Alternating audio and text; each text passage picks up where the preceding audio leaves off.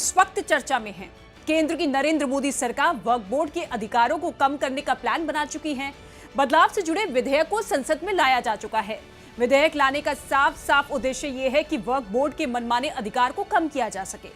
एक नियम के तहत सत्यापन के बिना किसी भी संपत्ति को वक्फ संपत्ति के रूप में दावा करने का अधिकार देता है और इसी अधिकार को लेकर देश में सबसे ज्यादा बहस होती है। राजनीतिक दलों के बीच इस बिल को लेकर तीखी बहस जारी है। वक्फ शब्द का क्या मतलब होता है? वक्फ अरबी भाषा के वकूफा शब्द से बना है, जिसका अर्थ होता है ठहरना, और इसी से बना वक्फ। वक्फ एक ऐसी संपत्ति होती है जो जन कल्याण को समर्पित हो। जो लोग वक्फ को दान देते हैं उन लोगों को वाकिफ कहा जाता है। भारत में वक्फ की अवधारणा दिल्ली सल्तनत के समय से चली आ रही है। दिल्ली सुल्तान मोहम्मद गौरी की ओर से मुल्तान की जामा मस्जिद को एक गांव समर्पित कर दिया गया था। साल 1923 में अंग्रेजों के शासनकाल के दौरान मुसलमान वक्फ अधिनियम इसे विनियमित करने का पहला प्रयास था। भारत में कब बना वक्फ बोर्ड? 1947 में आजादी के बाद पूरे देश में पसरी वक्फ संपत्तियों के लिए एक स्ट्रक्चर बनाने की बात हुई और इसी तरह साल 1954 में संसद ने वक्फ एक्ट 1954 पास किया और इसी के नतीजे में वक्फ बोर्ड बना। ये एक ट्रस्ट था जिसके तहत सारी वक्फ संपत्तियां आ गई। 1955 में यानी कानून लागू होने के एक साल बाद इस कानून में संशोधन कर राज्यों के लेवल पर वक्फ बोर्ड बनाने का प्रावधान किया गया और इसके बाद साल 1995 में नया वक्फ बोर्ड एक्ट आया। साल 2013 में इसमें संशोधन किए गए। फिलहाल जो व्यवस्था है वो इन्हीं कानूनों और संशोधनों के तहत चली आ रही है। मुस्लिम धर्मस्थल वक्फ बोर्ड एक्ट के तहत ही आते हैं, लेकिन इसके उपवाद भी है। जैसे ये कानून अजमेर शरीफ दरगाह पर लागू नहीं होता। इस दरगाह के प्रबंधन के लिए दरगाह ख्वाजा साहिब एक्ट 1955 बना हुआ है। वक्फ के जरिए आयदान से एजुकेशनल इंस्टीट्यूट्स, कब्रिस्तान, मस्जिद और शेल्टर होम्स बनाए जाते हैं। इसी के साथ वक्फ बोर्ड के जरिए हुई आमदनी का सोर्स, कुल आमदनी और उससे किन लोगों का भला किया गया है उसका पूरा लेखा जोखा रखता है और यह सुनिश्चित करता है कि सेंट्रल वक्फ काउंसिल के नियमों का ठीक से पालन हो। 1954 में वक्फ बोर्ड का गठन हुआ। हालांकि 1995 के संशोधन से वक्फ बोर्ड को असीमित शक्तियां मिली। पीवी नरसिम्हा राव की कांग्रेस सरकार ने वक्फ एक्ट 1954 में संशोधन किया और नए प्रावधान जोड़कर वक्फ बोर्ड को असीमित शक्तियां दे दी। वक्फ एक्ट 1995 का सेक्शन 3R के मुताबिक अगर कोई संपत्ति किसी भी उद्देश्य के लिए मुस्लिम कानून के मुताबिक पाक, मजहबी या चैरिटेबल मान लिया जाए तो वो वक्फ की संपत्ति हो जाएगी। वक्फ एक्ट 1995 का आर्टिकल 40 कहता है कि ये जमीन किसकी है ये वक्फ का सर्वेयर और वक्फ बोर्ड तय करेगा।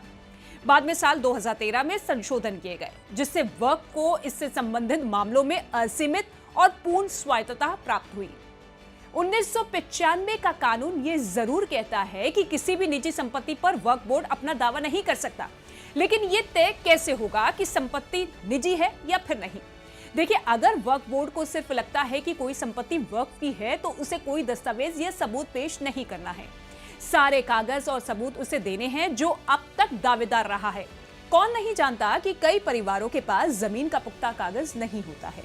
वक्फ बोर्ड इसी का फायदा उठाता है क्योंकि उसे कब्जा जमाने के लिए कोई कागज नहीं देना है। बोर्ड को इतनी असीमित शक्तियों की वजह से ही इसे बदलने की बात लगातार हो रही है। देश भर में एक सेंट्रल और 32 स्टेट वक्फ बोर्ड है। केंद्रीय अल्पसंख्यक कल्याण मंत्री सेंट्रल वक्फ बोर्ड का अध्यक्ष होता है।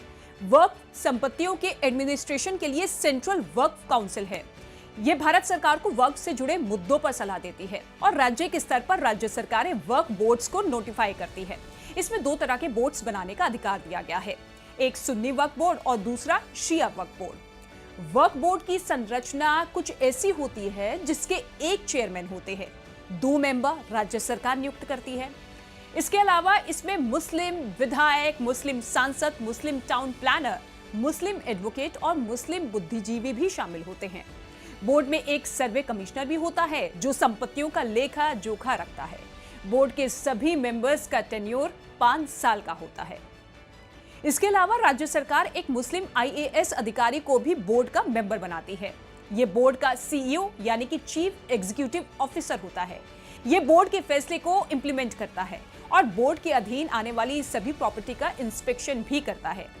इसके साथ ही कानून ये भी कहता है कि ये अधिकारी न्यूनतम डिप्टी सेक्रेटरी रैंक का आईएएस अधिकारी होना चाहिए।